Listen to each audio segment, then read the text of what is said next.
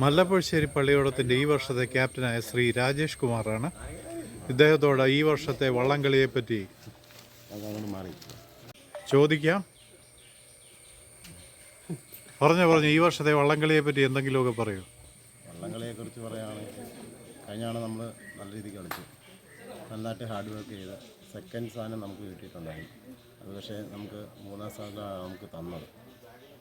അപ്പം ഇത്തവണ സെക്കൻഡിലുപരി ഫസ്റ്റിന് വേണ്ടി തന്നെയാണ് നമ്മൾ കളിക്കുന്നത്. അതിനുവേണ്ടി നമ്മൾ ട്രയലും കാര്യങ്ങളും എല്ലാം ചെയ്യുന്നുണ്ട്. അതിനെയും കൂട്ടി നല്ല രീതിക്ക് കളിച്ച് കപ്പ് ഇവിടെ എത്തിക്കുക എന്നുള്ള ലക്ഷ്യം മാത്രമേ ഉള്ളൂ നമുക്ക്. നന്ദി.